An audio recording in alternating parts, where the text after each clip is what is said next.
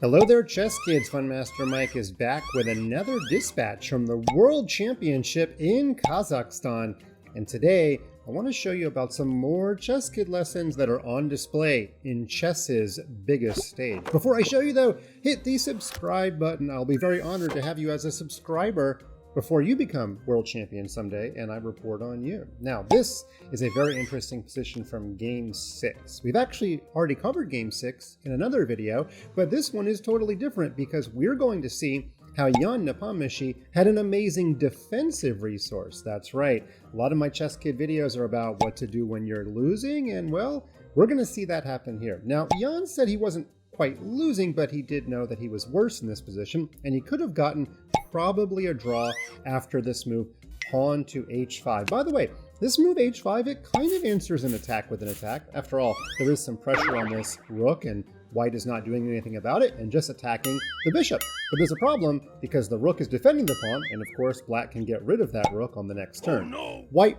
probably should have just captured this pawn on b7, but nonetheless, let's see what Jan could have done in this position. He's kept some pieces on the board to make the game complicated. That's what you're supposed to do when you're behind. And here he could have played rook takes rook.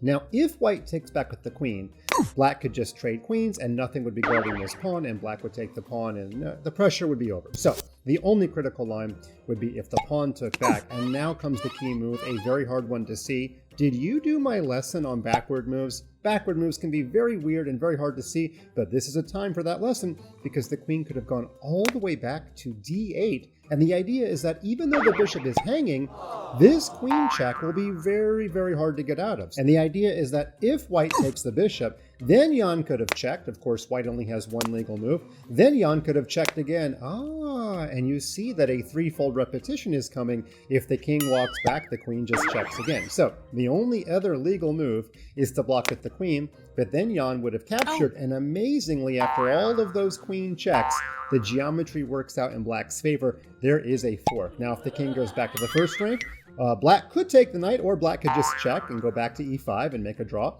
If the queen blocks, Jan, again, could take the knight, or he could check back on h5 and go for a draw. So the only other way to continue this game is to play pawn to g3, but black is most definitely not worse after taking this knight because black is already up a pawn and there's pressure on f2, and I don't think this is what white wants. So let's go back.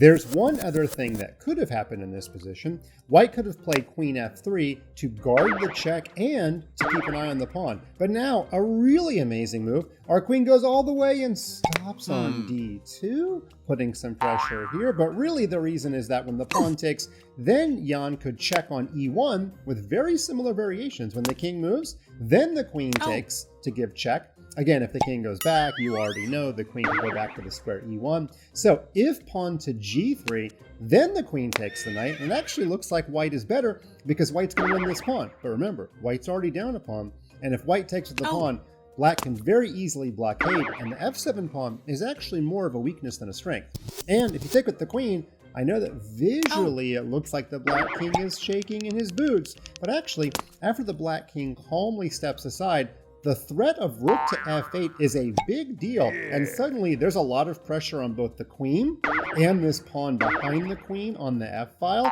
And again, I do not think that black is any worse in this position. I also don't think that white can win. It's probably a draw with best play. Well, an amazing resource that was not found by Jan, but he's still an amazing player. Backward moves. They're so important to look for. If Jan had found that, he might have been able to hold the game. Hope you enjoyed that lesson, and I hope I get to report on you playing a world championship someday, chess kids.